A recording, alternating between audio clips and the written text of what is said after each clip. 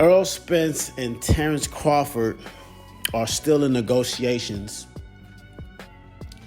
And there have been a lot of rumors about why. Bob Arum kind of, gave a slight hint saying it's not going to happen. It's not enough money. And I've heard a video about Espinoza kind of saying in doublespeak or, basically in a subliminal way that, two black fighters don't really bring that much money. And he didn't exactly say that, but then for that to even be brought up, because the whole, I also saw a video from Blue Blood as he was saying, I don't know if it was Blue Blood or one of these boxing channels, about the amount of Crawford fans and the amount of Terrence fans. I mean, the amount of Crawford fans, the amount of Spence fans. Are their views going to be separate? The people that support Spence, do they buy Spence pay-per-view and they don't buy Crawford? Or do they buy both? I personally only spend money on Tank fights and Spence fights. So, this fight, I'll be buying it because of Earl Spence. That's just me. But then, is there a consensus out there? Like these guys, like Mayweather used to always put out like voting polls to see what the fans want and things like this. I don't see why these guys don't do the same to find out what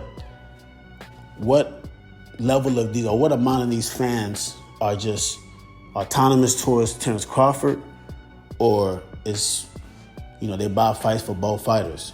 But the most important thing, the reason why I'm making this video, is a promotional tactic that I don't see why these guys don't use.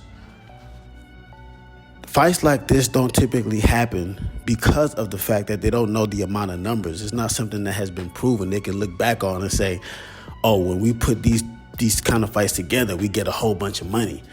There've been fights like this in the past, but those are back in the days where it was hard to steal fights.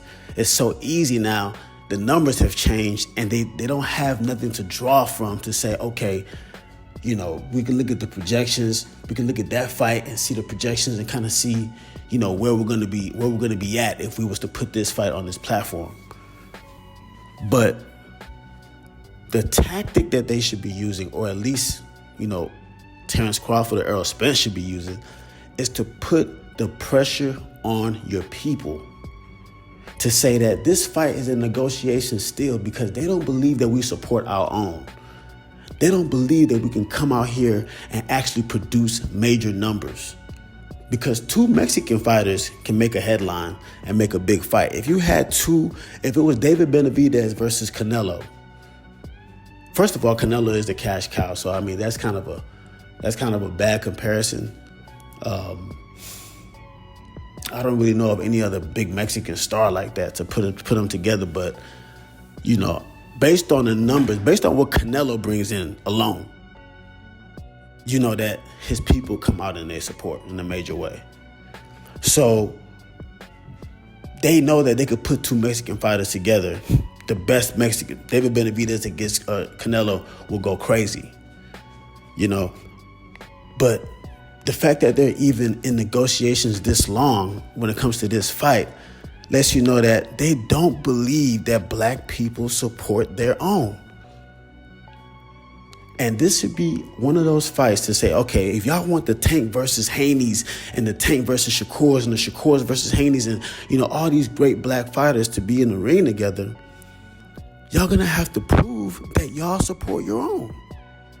And this would be the fight to do that. This would be the fight to go out there, even if you have to pull together like what they used to do back in the days with the Mayweather fights. Like it used to be an event. I remember every year around the same time we know Mayweather is fighting, it's a barbecue, it's an event to watch Mayweather, and there's no fighter that has replaced that void as of yet. But this could be an opportunity to have that same kind of vibe where people black folks come together, even if you got to pull together to pay for the fight, and y'all all watch it at somebody's house. Like y'all can afford it. Like we don't spend $1 trillion a year on bullshit, designers and all that other shit. Like, we can come together and make and support this fight, and they should actually promote it that way. That should be the promotion, and as a you can't be mad at them for that, because it's a fact. The reason they're in the negotiations right now is because they don't know. So I think that should be the promotional angle. And if they promote it like that, they can have a huge fight, a huge turnout pay-per-view wise, a huge turnout in attendance. And on top of all of that, set a precedent for more fights like this in the future, which will only make boxing that much better to bring boxing back to its prime as one of the best sports, nationwide. Because right now they barely even talk boxing. So that's just my take on it. That's my odd take.